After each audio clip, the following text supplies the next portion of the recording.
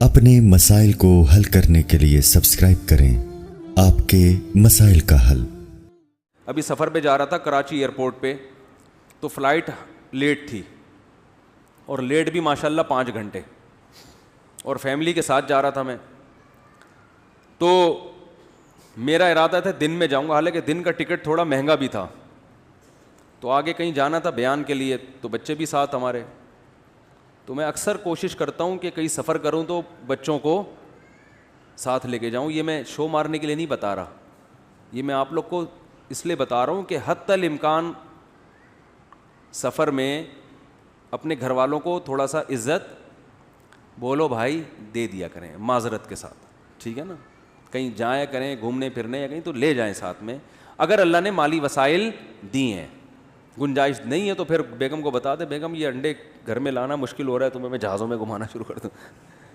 جہاز میں نہیں، ٹرین میں لے جائیں، ٹرین میں نہیں، بس میں لے جائیں۔ تو بالکل جو ہے نا، جب سے شادی ہوتی ہے بس وہ ایک دفعہ ہنی مون کا ایک رواج ہے، اس کے بعد سے وہی تعلقات جو خراب ہونا شروع ہوتے ہیں۔ وہ اب لطیفے بنے ہوئے لوگوں کے، ایک آدمی کی نئی نئی شادی ہوئی، ہنی مون پہ گیا لے کے بیوی کو، تو دلہن ابھی نئی نئی دلہن تھی، تو ٹھوکر لگی ہے، تو ایک دم پاؤں اس کے دیکھ رہا ہے کہ چوٹ تو نہیں لگی، کوئی ظاہر ہے ڈینٹنگ پینٹنگ کا کوئی کام نہ کروانا پڑے نا مجھے، کوئی ایسا نہ کوئی بالکل نئی نویلی جیسے گاڑی جب شو روم سے آتی ہے تو کیسا کیئر کی جاتی ہے نا۔ تو بیگم کچھ تکلیف تو نہیں ہوئی بہت۔ پھر 2-4 سال کے بعد دوبارہ کہیں سفر ہوا تو ٹھوکر لگی، اب تھوڑا سا اسٹائل کیا ہو گیا، چینج ہو گیا، بس اچھا ٹھیک، تھوڑا خیال کیا کرو۔ 4-5 سال کے بعد دوبارہ جانا ہوا، ٹھوکر لگی، ارے اندھی ہو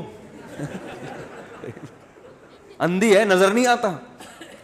تو جتنی پرانی ہوتی رہتی ہے نا تعلقات، جو مارکیٹ میں شوہر بھی کبھی ایسا ہی ہے، جب شادی نہیں ہوتی ہے دلہن کو اپنے میاں سے بڑی محبت، میرے میاں ہیں ان سے ملی ہے، تھوڑا سا پرانا ہو گیا تو اب اس کی ویلیو ختم، اور بڈھا ہو گیا تو پھر تو کسی کام کا نہیں ہے، پھر تو بچوں کے ساتھ مل کے اس کو ستاتی ہیں۔ اللہ معاف فرمائے، جو زیادہ تر کی بات نہیں کر رہا میں، جو بیان نہیں سن رہی ان کی بات کر رہا ہوں۔ تو پھر تو بیٹوں کے ساتھ مل کے اس بڈھے کو جو تنگ کرتی ہیں نا، جو کیسز آتے ہیں پورا، کیونکہ اب نچوڑ لیا نا، خرچہ مکان بھی ہو گیا، سب ہو گیا، بچوں کی، اب کس کام کا ہے بھائی تو، اب کس کام کا ہے؟ تو بیٹوں کے ساتھ مل کے وہ بیچارہ، اس کی عادت وہی ہوتی ہے پرانی آرڈر چلانے والی، مگر اب سننے والا کوئی نہیں ہوتا۔ پہلے تو آپ کے اس لیے بھی سنتے تھے بھائی، آپ ناشتہ بھی آپ کی، ڈبل روٹی بھی آپ لے کر آئیں گے، انڈے بھی آپ لے کر آئیں گے، آپ کیا ہے بھائی، تو بیٹھا ہوا ہے کھانس رہا ہے۔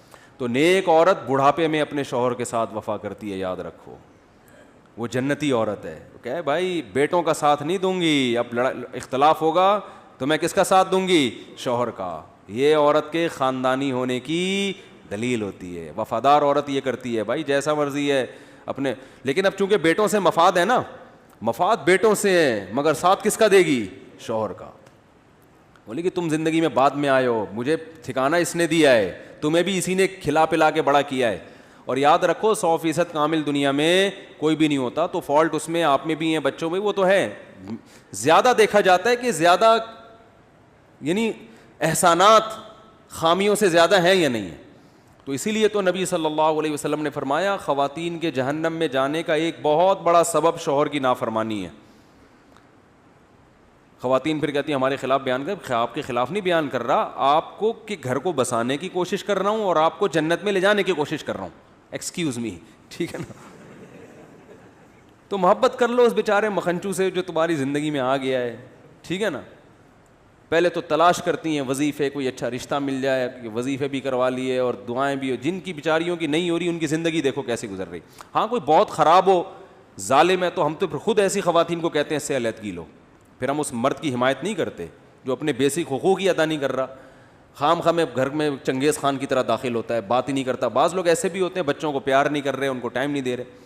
تو میں سفر پہ جا رہا تھا تو بچے بھی ساتھ تھے، اب فلائٹ 5 گھنٹے ماشاء اللہ لیٹ، اب بیٹھے ہوئے کہاں جائیں 5 گھنٹے کے لیے، تو بیٹھے بیٹھے پھر میں ایسے موقع پہ فائدہ اٹھاؤں، واٹس ایپ میں جتنے پرانے قبل مسیح کے میسج آئے ہوئے ہیں، کوئی پرانے تعلقات والے، ان سے فون کیا، سارے نمٹو۔ وہ لوگ بھی کہتے ہیں آج مفتی صاحب کو ہو گیا ہے، کاش تو بڑی لمبی گپ شپ لگا رہے ہیں، بات چیت کر رہے ہیں، کبھی فون نہیں اٹھاتے تھے، تو سارے ایسے نمٹا دیتا ہوں۔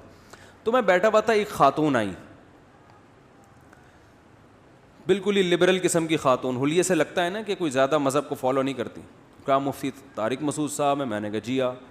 کہہ رہی ہے میں 2-3 سوال آپ سے پوچھوں گی, لیکن آپ مجھے بتائیں غصہ تو نہیں آئے گا آپ کو؟ میں نے کہا نہیں انشاءاللہ. سوال پہ نہیں آئے گا,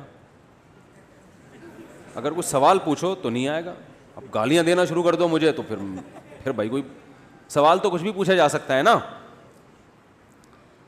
کہہ رہی نہیں میں نے بعض مولویوں کو دیکھا ہے, ان سے کوئی سوال پوچھو تو ایک دم وہ کفر کا فتویٰ لگا دیتے ہیں. میں نے کہا بھائی آپ نے جو پوچھنا ہے آپ پوچھیں. بعض لوگوں کے دل میں, اب میں یہ اس خاتون کا واقعہ کیوں سنا رہا ہوں, واقعی اس کو اشکالات تھے اور یہ چاہتی تھی میری کنفیوژن دور ہو, تو اس کو اس اشکالات کے جواب الحمدللہ مل گئے. تو وہ انہوں نے وہی اشکالات جو غیر مسلمین کے ہوتے ہیں نا, نبی نے شادی اتنی کم عمر لڑکی سے کیوں کری, ان کے جو 2-4 یہی گھوم کے ان کے کو بیچاروں کو کچھ ملتا ہے ہی نہیں. ٹھیک ہے نا, کہ نبی نے شادی اتنی کم عمر خاتون سے کیوں کر لی, امی عائشہ سے, اور پھر یہ کیا حکمت تھی, وہ میں نے بتایا ان کو, خیر مطمئن ہو گئی جواب سے. اور 2-4 اسی قسم کے اشکالات جو کامن ہے, جو اکثر لوگ پوچھ رہے ہوتے ہیں. تو کہنے لگی کہ میں نے کہا اب بھی کوئی اعتراض ہے نا آپ کے ذہن میں پوچھ لیں, فلائٹ تو 5 گھنٹے لیٹ ہے, بلا تکلف پوچھیں. پھر کہنے لگی غصہ تو نہیں آئے گا؟ میں نے کہا نہیں آئے گا. تو خیر وہ انہوں نے پوچھے, پھر انہوں نے نمبر بھی لیا کہ کوئی, میں نے کہا میں فون اٹھاتا نہیں ہوں لیکن کبھی اٹھا لیا تو آپ, اور پھر میں نے کہا کہ دنیا میں بہت سارے علماء ہیں, کسی سے بھی کوئی بھی سنجیدہ عالم آپ کے سوال پہ غصہ نہیں ہوگا. آپ کو پتہ نہیں کس مولانا سے آپ کا واسطہ پڑا ہے جو غصہ ہو رہا ہے. ہم نے تو دیکھا ہے علماء غصے نہیں ہوتے. غصہ جب آتا ہے انسان کو جب آپ کا مقصد سوال نہیں ہو بلکہ آپ کا مقصد دوسرے کو نیچا دکھانا. تو یوٹیوب پہ جو ملحد اور ایتھیسٹ لوگ کام کر رہے ہیں نا, ان کا مقصد اشکالات نہیں ہوتا, یہ تمسخر مذاق اڑانا ہے. دیکھو یہ خاتون بھی لبرل تھی, بالکل لبرل اسٹائل ان کا, لگ رہا تھا مذہب سے کوئی ان کو لگاؤ, لیکن کچھ اشکالات کی وجہ سے نا, تو اب آتے ہی یہ میرا مذاق اڑانا شروع کر دیتی ہیں. یہ بچے آپ کے ہیں؟ ہاں جی میرے ہیں. یہ کوئی انسانیت ہے؟ 5 بچے تھے میرے ان سے نا, یہ 5 بچے لے کے آپ گھوم رہے ہو, انسانیت ہے؟ بچے 2 ہی اچھے نہیں ہوتے؟ اور پھر ایک مولوی کی تصویر دکھاتی مجھے, یہ دیکھو اتنی موٹی توند والا, بکرے کھا کے, اس کا کہتی مفتی صاحب مجھے اس کے بارے میں وضاحت کریں. تو میں وضاحت کرتا, میں کہتا بی بی اپنا راستہ لو بھائی, جاؤ ہمارا ٹائم ضائع نہیں کرو.